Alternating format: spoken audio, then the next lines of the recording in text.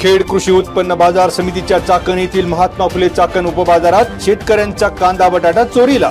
आठवड्याभरात दोनदा चोरीचा प्रकार। बाजार समितीचे सहाय्यक सचिव संतोष गायकवाड यांची चाकण पोलिसात फिर्याद। चोरीच्या प्रकारानंतर बाजार समितीच्या प्रशासकीय कारभाराची ऐशी की तैशी। 39 कांदा पिशवी आणि 5 बटाट्याच्या पिशव्या लंपास। शेतकऱ्यांचे नुकसान। सीसीटीव्ही कॅमेरे आणि रात्रीच्या सुरक्षा व्यवस्थेचे 3:13 वाजल्याचे उघड। 2 दिवसापूर्वी झालेल्या आस्केड खुर्द गावच्या हद्दीतील अर्जुन कावडे यांच्या खुनाचा छडा लागला। महाळुंगे MIDC पोलीस आणि पिंपरी चिंचवड गुन्हे शाखा युनिट 3च्या पथकाचा समांतर तपास।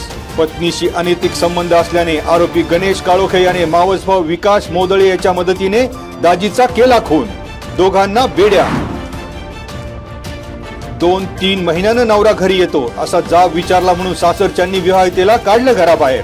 39 वर्षीय विवाहितेची लेकरासह खेड पोलिसात धाव।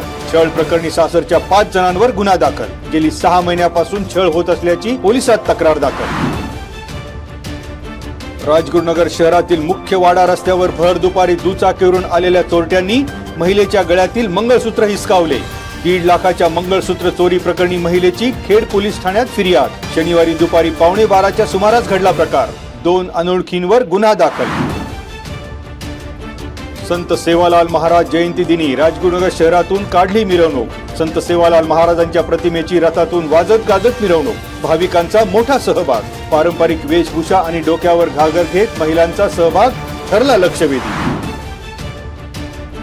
खेड तालुक्यातील किवळे गावचे शेतकरी संतोष कड यांना कांद्यानं केलं मालामाल।